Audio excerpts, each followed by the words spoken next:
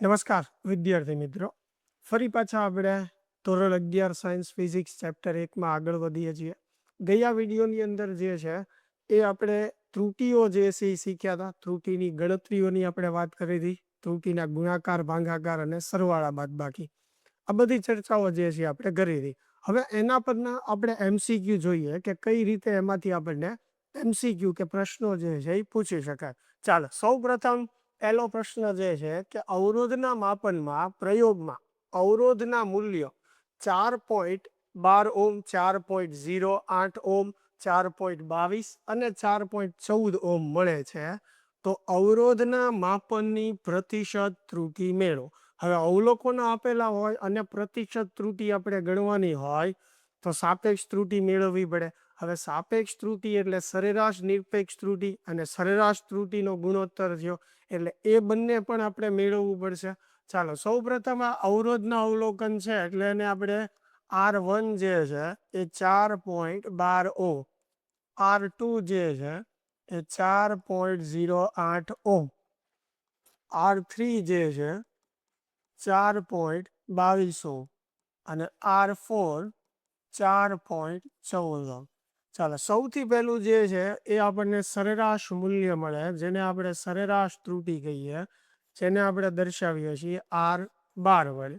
અને R12 આપણને કઈ રીતે મળશે તો કે ચારેય અવલોકન જે આપ્યા છે એનો સરવાળો ભાંગ્યા આપણે શું કરવું પડશે? 4. ચાલો, હવે અહીંયા કિંમત મૂકીને હું દર્શાવતો નથી, પણ આપણે સીધું સાદું રૂપ જે છે એનું આપી દઈએ, બરોબર છે. એટલે ચારેય મૂલ્યનો જે છે એ સરવાળો કરીએ, 4.12 વત્તા 4.08 વત્તા 4.22 ને વત્તા 4.14, તો 16.56 આવશે. એને ભાંગ્યા આપણે 4 કરીશું એટલે આપણને મળશે 4.14 ઓમ. તો આ જે છે એ આપણું સરેરાશ મૂલ્ય થઈ ગયું, એટલે જે સરેરાશ ત્રુટી થઈ ગઈ આગની, બરાબર. ચાલો, સરેરાશ ત્રુટી મળ્યા પછી શેની ગણતરી આપણે કરતા? દરેક અવલોકનની નિરપેક્ષ ત્રુટી. હવે દરેક અવલોકનની નિરપેક્ષ ત્રુટી એટલે પહેલા અવલોકન માટે એને લખાય ડેલ્ટા R1. અને કેવી રીતે આપણે મેળવતા? તો કે સરેરાશ મૂલ્યમાંથી પહેલું અવલોકન જે છે એ આપણે બાદ કરવાનું. અને માનાંક શું કામ રાખીએ છીએ? તફાવત ઋણ આવે તોય આપણે ધન લખવાનું છે, કારણ કે ખાલી આપણે એ જ જોવાનું છે કે સરેરાશ મૂલ્ય અને પહેલું અવલોકન અથવા જે તે અવલોકન છે એની વચ્ચે કેટલો તફાવત છે. તો આ 4.14 છે, પહેલું અવલોકન 4.12 છે. 4.14 માંથી 4.12 બાદ કરો તો એ આવશે 0.02, બરાબર.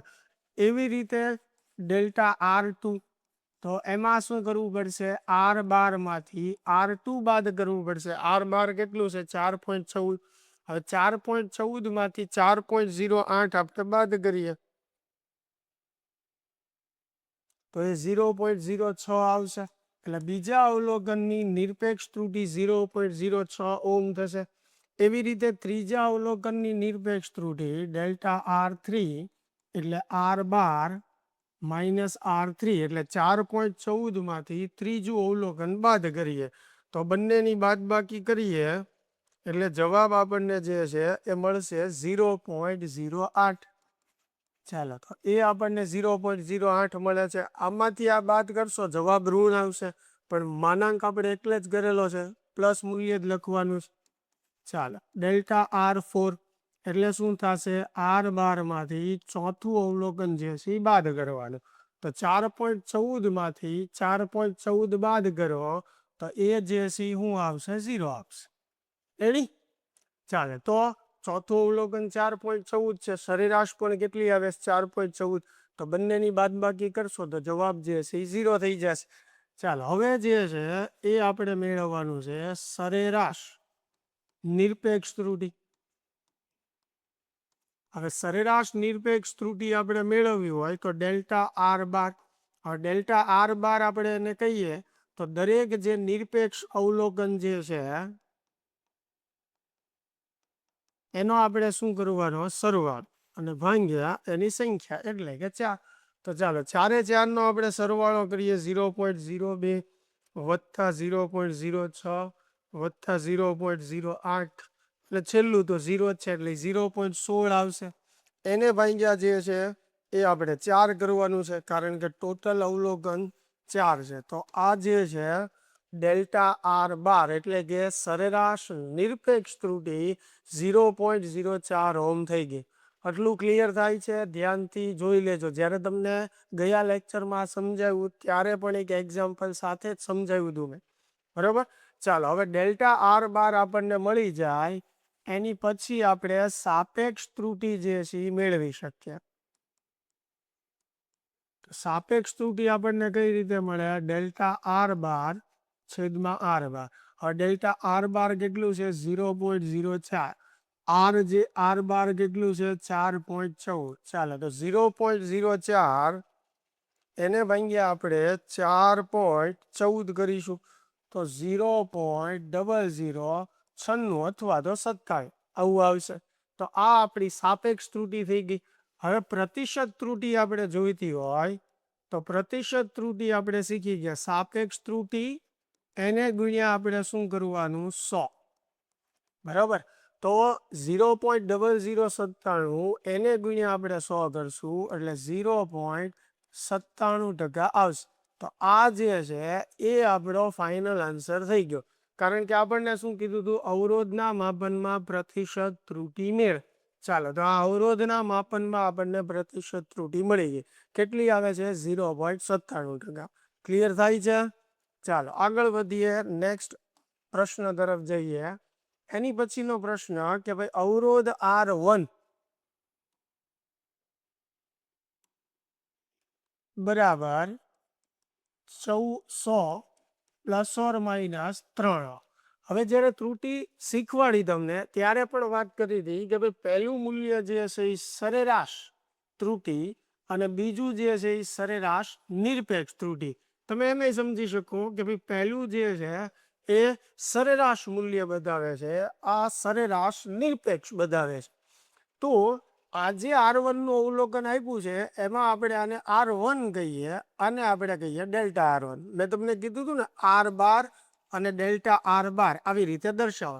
પણ આગળ જતા પછી પ્રશ્નોમાં આપણે બારની નિશાની નહીં કરીએ અને સમજી જશું કે કયા મૂલ્ય શું બતાવે છે તો પણ ચાલશે. તો જનરલી એને હું આર અને ડેલ્ટા આર જે છે એ કહું છું. એવી રીતે બીજો અવરોધ આપણને આપેલો છે 200 પ્લસ ઓર માઇનસ 4 કો. તો આ જે છે આપણી માટે R2 થયું, આ જે છે એ ડેલ્ટા R2 થયું, બરોબર.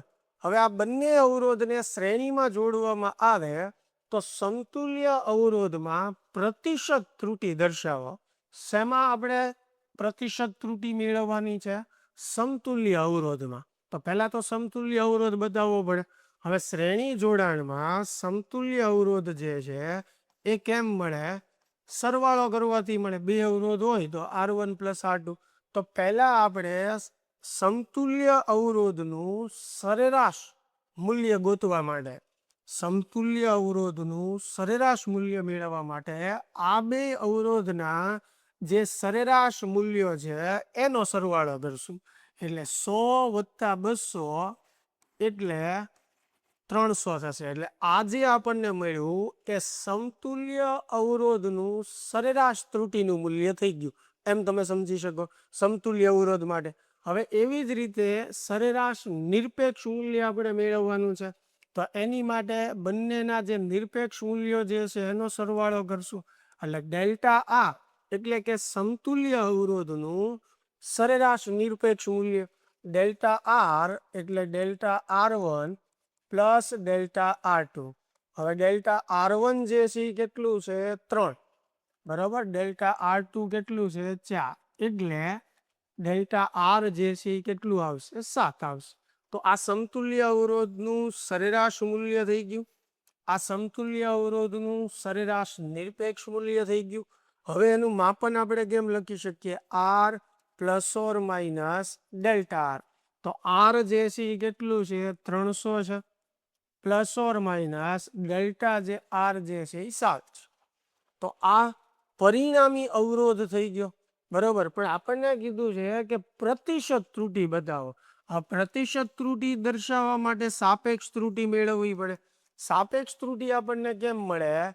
તો કે ડેલ્ટા આર ના છેદમાં સરેરાશ નિરપેક્ષ મૂલ્ય છેદમાં સરેરાશ મૂલ્ય, એટલે કે સરેરાશ નિરપેક્ષ ત્રુટિ છેદમાં સરેરાશ ત્રુટિ, એ બેયના ગુણોત્તરને શું કહેવાય? સાપેક્ષ ત્રુટિ કહેવાય.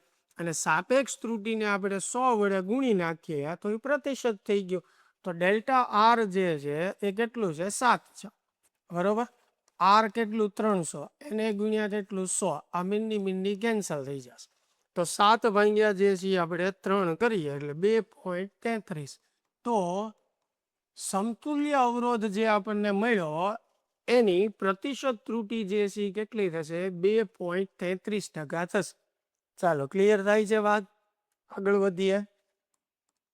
એની પછીનો પ્રશ્ન જે છે કે પદાર્થની ઘનતા માપવાના પ્રયોગમાં પદાર્થનું દળ, ચાલો દળ આપણને આપ્યું છે m બરાબર 3 ± 0.12 કિલોગ્રામ. તો આ જે છે એ સરેરાશ નિરપેક્ષ મૂલ્ય કહેવાય એટલે એને એમ કહીએ, સોરી સરેરાશ મૂલ્ય કહેવાય એટલે એને એમ કહીએ. આ જે છે એ સરેરાશ નિરપેક્ષ મૂલ્ય કહેવાય એટલે એને ડેલ્ટા એમ કહીએ. બરોબર. તો આ એમ, આ ડેલ્ટા એમ. અને કદ જે છે તો v10 ± 1 મીટર ક્યુબ, એટલે આ જે છે એ સરેરાશ મૂલ્ય થઈ ગયું. આ જે છે એ સરેરાશ નિરપેક્ષ, એટલે આને વી તરીકે ગણશું, આને ડેલ્ટા વી તરીકે. તો ઘનતાના માપનમાં પ્રતિશત ત્રુટિ મેળવો. ચાલો, આવા પ્રશ્નોમાં તમારે શું કરવાનું છે કે આપણને ઘનતાના માપનમાં પૂછી છે ત્રુટિ, અને કિંમત શેની આપેલી છે? દળ અને કદની. એટલે આપણે ઘનતાનું એવું સૂત્ર યાદ કરવાનું કે જેમાં જે રાશિની કિંમત આપણને આપેલી છે એ આવી જતી હોય. બરોબર છે. તો અહીંયા તો સિમ્પલ જ છે કે ઘનતા એટલે દળના છેદમાં કદ. હવે ગુણાકાર ભાગાકારમાં ત્રુટિમાં શું કરવાનું એ આપણે શીખ્યા હતા. બરોબર. આ સમીકરણમાં આંશિક ફેરફાર અથવા તો ત્રુટિ લાગુ પાડીએ તો ડેલ્ટા રો ના છેદમાં રો, અહીંયા ડેલ્ટા એમ ના છેદમાં એમ, અને ડેલ્ટા વી ના છેદમાં વી. ગયા લેક્ચરમાં તમને શીખવાડ્યું હતું કોઈ પણ સમીકરણમાં આપણે આંશિક ફેરફાર કઈ રીતે લાગુ પાડવાનો. ઉપર જે કાંઈ ઘાત હોય એ આગળ ગુણાકારમાં લખવાય. અહીંયા 3 પદમાં એક જ ઘાત છે એટલે આપણે એક નથી લખ્યા. ચાલ, તો ડેલ્ટા એમ જે છે એ કેટલું છે? 0.12 છેદમાં એમ જે છે કેટલું છે? 3 વત્તા ડેલ્ટા વી જે છે એ કેટલું છે? 1, એના છેદમાં વી જે છે એ કેટલું છે? 10. ચાલો, તો અહીંયા 0.12 ભાગ્યા 3 કરશું એટલે 0.04 આવશે. 0.12 ભાગ્યા 3 વત્તા 1 ભાગ્યા 10 કરશું એટલે 0.1 આવશે. બંનેનો સરવાળો કરીએ એટલે 0.14 આવશે. તો આ જે છે એ ઘનતાના માપનમાં આપણને સાપેક્ષ ત્રુટિ મળી. હવે પ્રતિશત ત્રુટિ આપણે જોતી હોય તો ગુણ્યા 100 કરવું પડે, એટલે 0.14 એને ગુણ્યા આપણે 100 કરીએ તો ફાઇનલ આન્સર જે છે આપણો શું આવશે? 14%. એટલે કે ઘનતાના માપનમાં પ્રતિશત ત્રુટિ આપણને કેટલી મળે છે? 14% મળે છે. ચાલો, ક્લિયર. એની પછીનો પ્રશ્ન જે છે કે ગોળાના દ્રવ્યમાનની ઘનતા. હવે આકાર જે છે ખાસ જોવાનો પ્રશ્ન. બરોબર. અહીંયા આકાર આપણને શું આપેલો છે? ગોળ. શોધવાના પ્રયોગમાં દળના માપનમાં પ્રતિશત ત્રુટિ. ચાલો, અહીંયા ત્રુટિ સીધી આપી દીધી છે. હવે દળના માપનમાં પ્રતિશત ત્રુટિ, હવે દળની ત્રુટિ એટલે ડેલ્ટા એમ અપોન એમ થાય. પ્રતિશત ત્રુટિ એટલે એને 100 વડે ગુણેલું હોય. તો એ કેટલું આપેલું છે? 0.26%. અને ત્રિજ્યાના માપનમાં પ્રતિશત ત્રુટિ એટલે ડેલ્ટા આર ના છેદમાં આ, એમાં પણ પ્રતિશત ત્રુટિ આપી છે, એ આપી છે 0.38%. તો ઘનતાના માપનમાં પ્રતિશત ત્રુટિ મેળવો સેમ.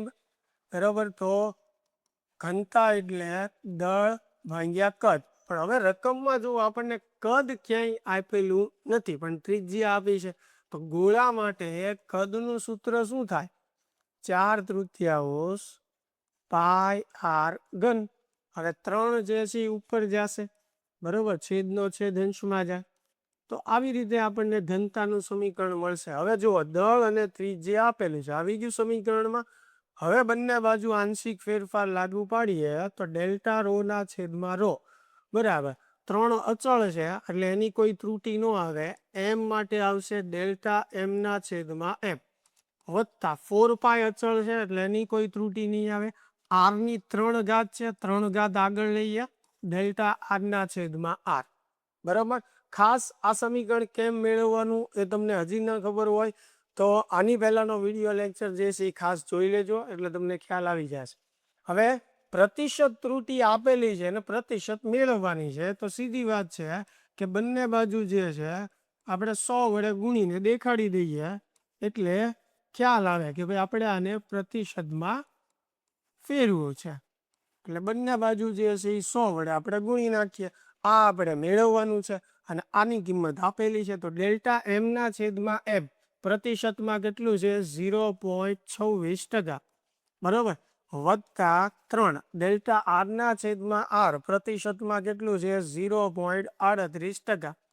બરાબર. હવે એમનો પૂછતા સાહેબ 100 ક્યાં ગયા? આ 100 આ બે સાથે ગુણાયેલા જ છે અને ડેલ્ટા એમ બાય એમ ગુણ્યા 100 એની કિંમત જ આ છે એટલે એની જગ્યાએ એ મૂક્યું.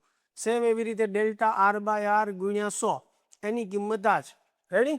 ચાલો હવે 0.38 ગુણ્યા 3 કરીએ, 0.38 ગુણ્યા 3 કરીએ એટલે 1.14 આવશે વત્તા 0.26 કરીએ ચાલો એટલે 1.4% આવશે. તો અહીંયા ઘનતાના માપનમાં પ્રતિશત ત્રુટિ કેટલી આવશે? 1.4%. સિમ્પલ આપણે હવે સાદું રૂપ આપી દેવાનું છે. ક્લિયર? આગળ વધીએ. હવે એની પછીનો પ્રશ્ન જે છે કે જો W બરાબર a⁴ જો W બરાબર a⁴ b cube c cube. હવે અહીંયા જે છે ડી ની 1/4 ઘાત આપેલી. જો અહીંયા વર્ગમૂળની નિશાની દેખાય છે અને 4 લખેલા છે. બરોબર. એટલે એ કેટલી ઘાત છે? 1/4 ઘાત છે. એટલે હું એને સીધું લખી નાખું છું.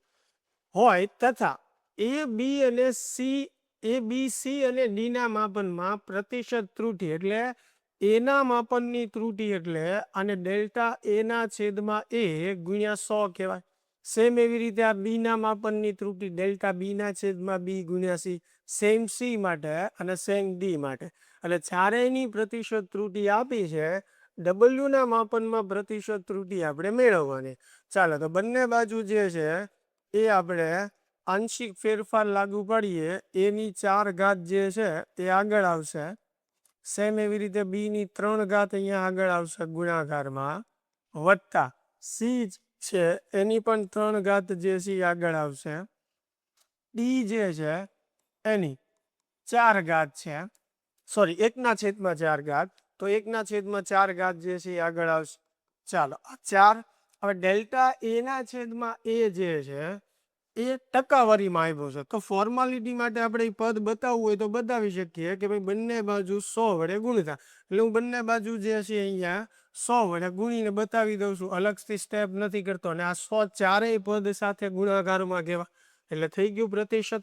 ચાલો તો આ 4 જે છે એઝ ઇટ ઇઝ ડેલ્ટા એના છેદમાં એ આપેલું છે આપણને 1%.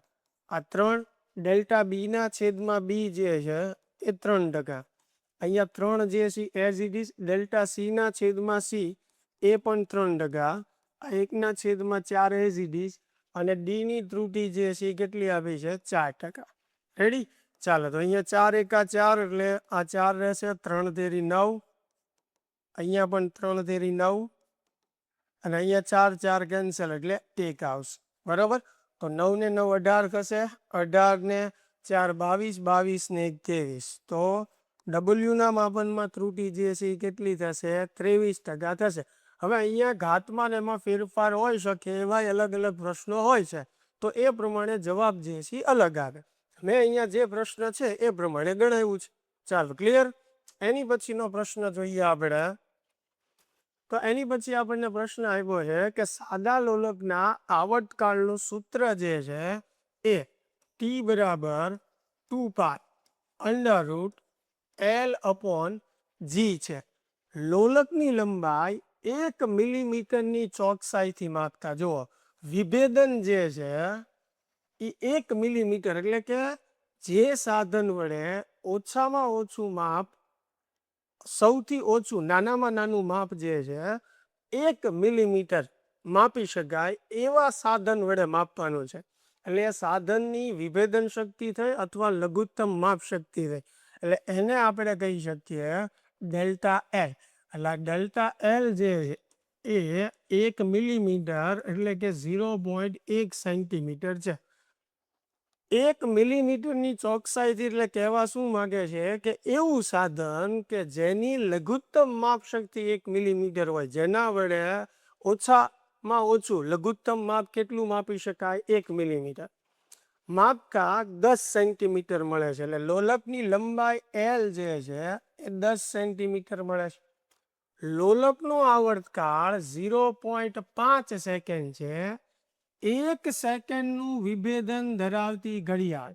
હવે જો એવી ઘડિયાળથી સમયનું માપન કરવાનું છે કે જેમાં નાનામાં નાનું માપ કેટલું છે 1 સેકન્ડ, એટલે સમય માટે વિભેદન સીમા જે છે 1 સેકન્ડ છે, એટલે એને આપણે કહેશું ડેલ્ટા ટી. હવે એનો આવર્તકાળ 0.5 સેકન્ડ છે. એક વિભેદનની સીમાથી 100 દોલનો માપવામાં આવે. હવે સમજો દોલન ટોટલ જે છે કેટલા માપવાના છે 100, અને એક દોલનનો સમય જે છે કેટલો છે 0.5, એટલે ટોટલ સમય કેટલો માપ્યો કહેવાય 50 થશે. ટોટલ સમય કેટલો માપ્યો કહેવાય 50, એટલે કુલ સમય આપણી માટે 50 થઈ ગયો. માપવામાં આવે છે તો જીના માપનમાં પ્રતિશત ત્રુટિ મેળવો. ચાલો શેની ત્રુટિ મેળવવાની છે? જીની. તો સૌ પ્રથમ આપણે જીને સૂત્રનો ગણતા બનાવશું. તો એની માટે આ જીને સૂત્રનો ગણતા બનાવવા માટે તમે આ નામ લખી શકો. એલ ઉપર એ વનાફઘાત અંડરરૂટ છે એટલે, અને જી ઉપર એ વનાફઘાત. હવે જીને આપણે સૂત્રનો ગણતા બનાવીએ તો જી ઉપર આવશે 2 પાઈ એલ જે છે એની વનાફઘાત અને ટી જે છે છેદમાં આવશે.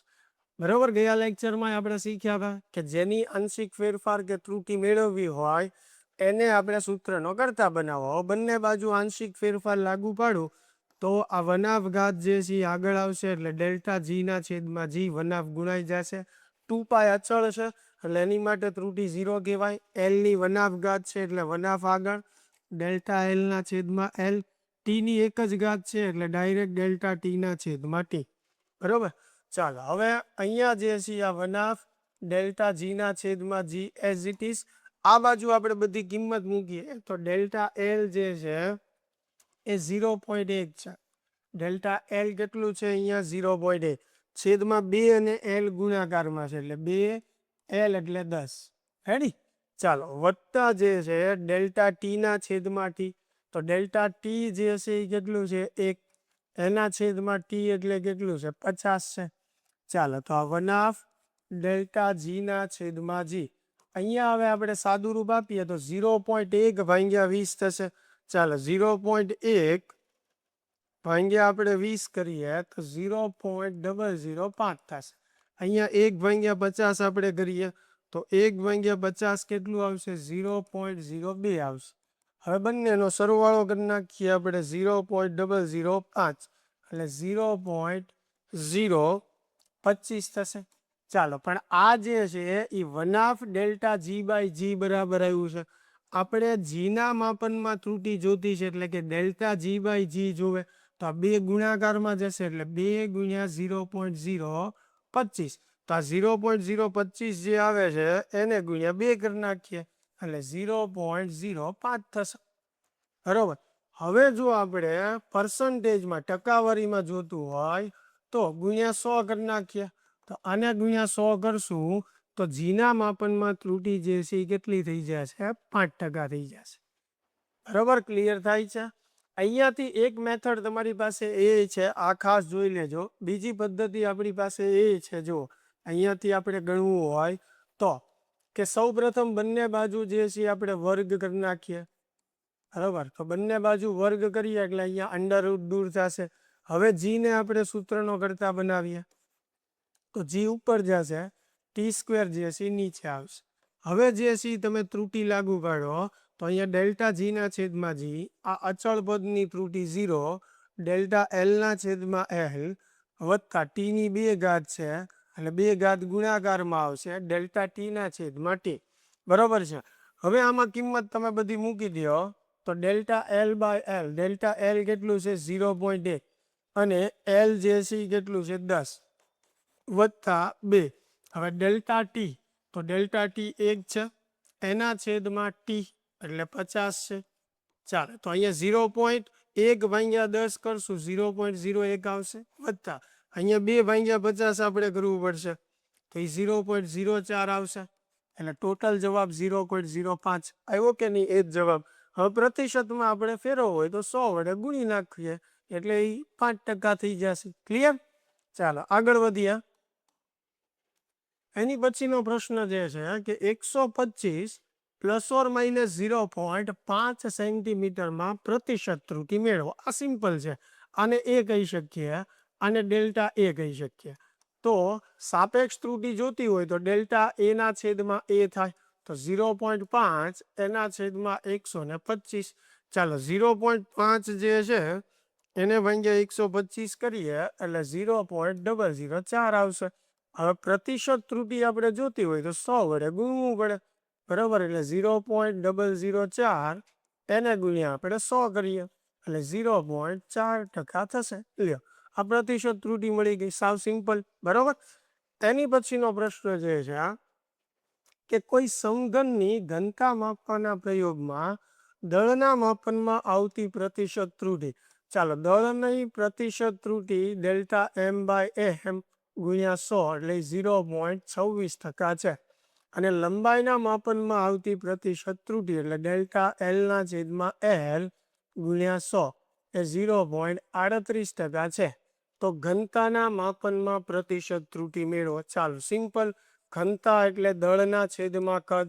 હવે સમઘન આપ્યો છે, સમઘન માટે કદનું સૂત્ર થાય લંબાઈનો ઘન, બરોબર છે? હવે બંને બાજુ આંશિક ફેરફાર લાગુ પાડો તો ડેલ્ટા રો ના છેદમાં રો, અહીંયા આ બાજુ ડેલ્ટા એમ ના છેદમાં એમ, વત્તા 3 ગુણાકારમાં આવશે ડેલ્ટા એલ ના છેદમાં એલ. પ્રતિશતમાં ફેરવવા માટે બે બાજુ 100 વડે ગુણી નાખવાનું.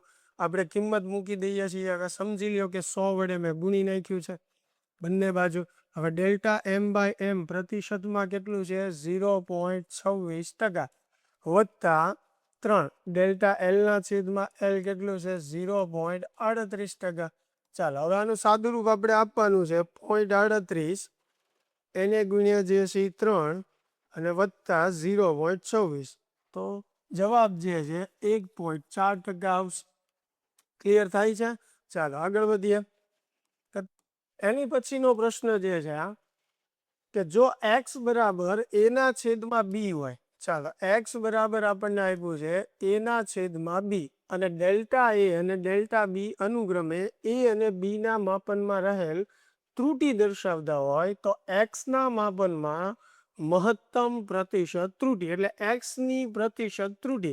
તો પહેલા સાપેક્ષ ત્રુટિ આપણે લાગુ પાડીએ આ સમીકરણમાં તો એને આપણે આવી રીતે લખી શકીએ ડેલ્ટા એ ના છેદમાં એ વત્તા ડેલ્ટા બી ના છેદમાં બી.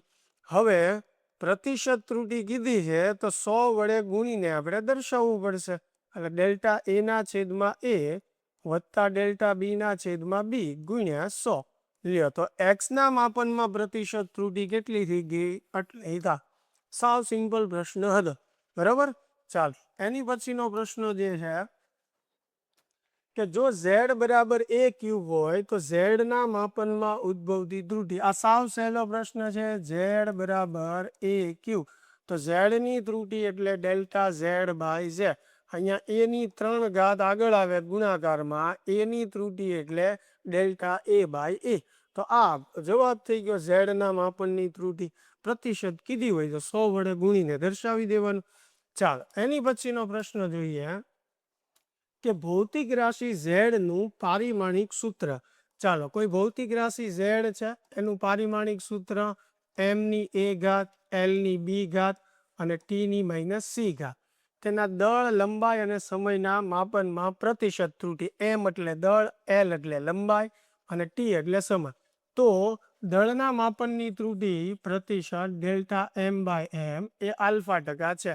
લંબાઈના માપનની ત્રુટિ જે છે એ β% છે અને સમયના માપનની જે ત્રુટિ જે છે એ γ%. તો ઝેડના માપનમાં પ્રતિશત ત્રુટી મેળવો.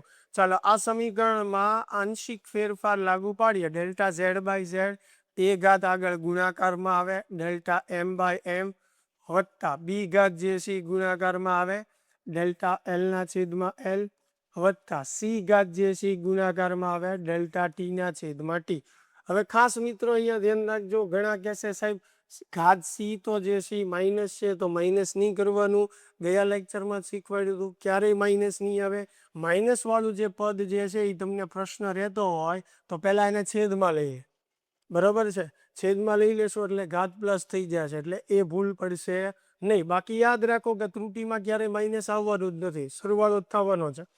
ચાલો હવે જે છે ડેલ્ટા એમ અપોન એમ, હવે પ્રતિશત ત્રુટી છે એટલે બે બાજુ 100 વડે ગુણવું પડે, એટલે બંને બાજુ 100 વડે ગુણીએ એટલે પ્રતિશતમાં ફેરવાઈ જાય. તો ડેલ્ટા ઝેડના છેદમાં ઝેડ ગુણ્યા 100. હવે અહીંયા આપણે 100 વડે ગુણી નાખ્યું અને એ પ્રમાણે કિંમત મૂકીએ તો ડેલ્ટા એમ બાય એમ પ્રતિશતમાં આલ્ફા ટકા છે, એવી રીતે delta L by L beta છે અને delta T by T gamma છે. તો ઝેડના માપનની આ પ્રતિશત ત્રુટી જે છે એ થઈ ગઈ. ક્લિયર? ચાલો એની પછીનો પ્રશ્ન જે છે છેલ્લો પ્રશ્ન કે જ્યારે 2.5 પ્લસ ઓર માઇનસ 0.5 એમ્પિયરનો વિદ્યુત પ્રવાહ, ચાલો આ આપેલું છે આપણને 2.5 પ્લસ ઓર માઇનસ 0.5 એમ્પિયર વિદ્યુત પ્રવાહ આપેલો છે. એટલે તમે સમજી શકો કે આ જે છે આપણી માટે આઈ થશે, આ જે છે ડેલ્ટા. પહેલું સરેરાશ ત્રુટીનું મૂલ્ય હોય, બીજું સરેરાશ નિરપેક્ષ ત્રુટીનું મૂલ્ય હોય. ત્યારે 20 પ્લસ ઓર માઇનસ 1 વોલ્ટ, એટલે વી બરાબર 20 પ્લસ ઓર માઇનસ 1 વોલ્ટ નો વિદ્યુત સ્થિતિમાનનો તફાવત ઉદ્ભવે, એટલે આ આપણી માટે વી થયું, આ આપણી માટે ડેલ્ટા વી થયું. તો તારનો અવરોધ જે છે એ મેળવો. ચાલો શું મેળવવાનું છે? અવરોધ. અવરોધનું સૂત્ર થાય વી અપોન આઈ. હવે આમાં આપણે આંશિક ફેરફાર લાગુ પાડીએ તો ડેલ્ટા આર અપોન આર બરાબર delta V upon V plus delta I upon I. આખા સમીકરણમાં આંશિક ફેરફાર આપણે લાગુ પાડીએ.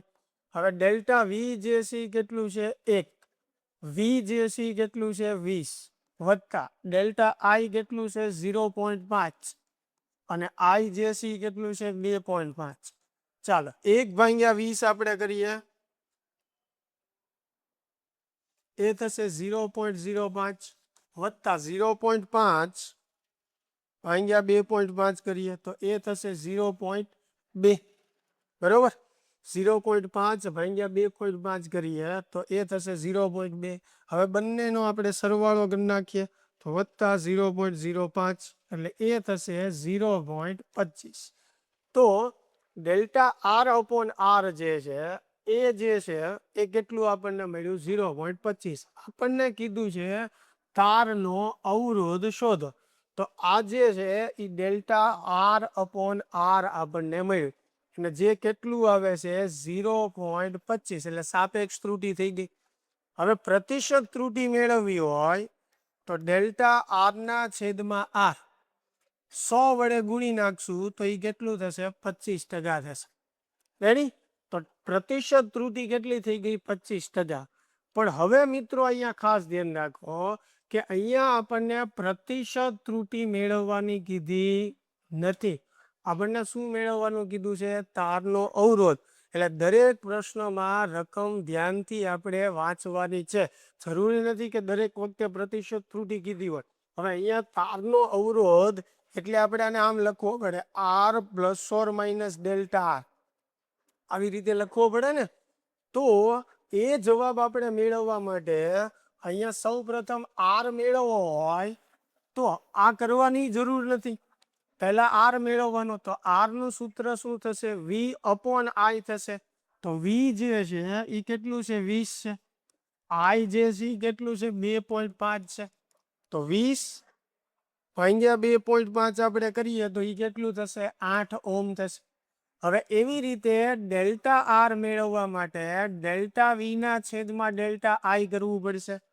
હવે ડેલ્ટા વી જે છે 1 છે, ડેલ્ટા આઈ જે છે 0.5 છે. તો 1 ભાગ્યા આપણે 0.5 કરશું તો એ કેટલું આવશે? 2 આવશે. તો r plus or minus delta R, R એટલે 8 plus or minus delta R એટલે 2.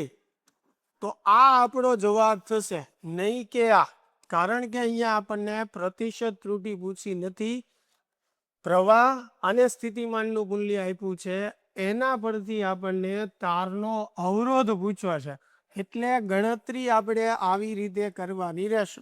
એટલે ખાસ પ્રશ્નોમાં આપણે ધ્યાનથી વાંચવાનું છે કે શું મેળવવાનું પૂછ્યું છે. દરેક વખતે જરૂરી નથી કે પ્રતિશત ત્રુટિ આપણને પૂછી હોય. તો મિત્રો, આજે આપણે ગયા લેક્ચરમાં ત્રુટિનો કોન્સેપ્ટ ભણ્યા હતા, એના પરના અમુક MCQ જે છે એ હતા. આશા છે કે વ્યવસ્થિત તમને સમજાણા હશે. નેક્સ્ટ લેક્ચરની અંદર જે છે આપણે ચેપ્ટરનો ખૂબ મહત્વનો ટોપિક સાર્થક અંકો એવું શરૂ કરીશું. ચાલો મળીએ તો નેક્સ્ટ લેક્ચરમાં.